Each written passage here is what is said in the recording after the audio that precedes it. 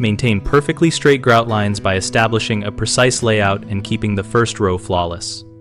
Start by dry laying tiles along the planned field to determine the best placement and avoid narrow slivers at edges.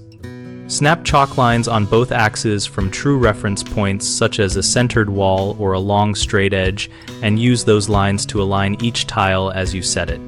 Use consistent tile spacers made of rigid plastic and choose the spacer width that matches your design gap, then remove them only after the thinset has cured enough to hold tiles in place.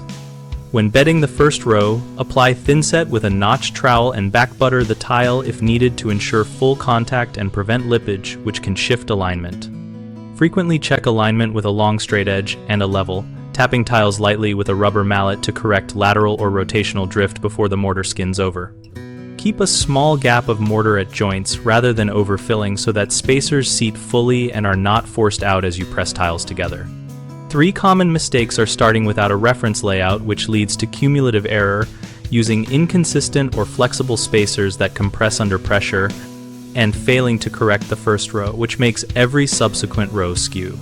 If you start without a layout, stop, dry lay a row, and snap permanent chalk lines tied to a true corner or center line so each tile has a reliable guide.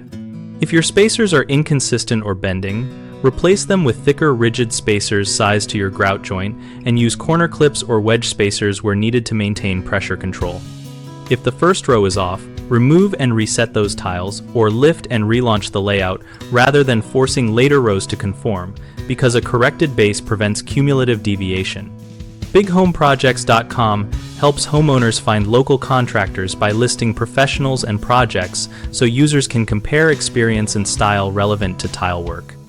We also help contractors find work through project leads and a discussion community where we and others share tips, ask questions, and troubleshoot installation challenges together.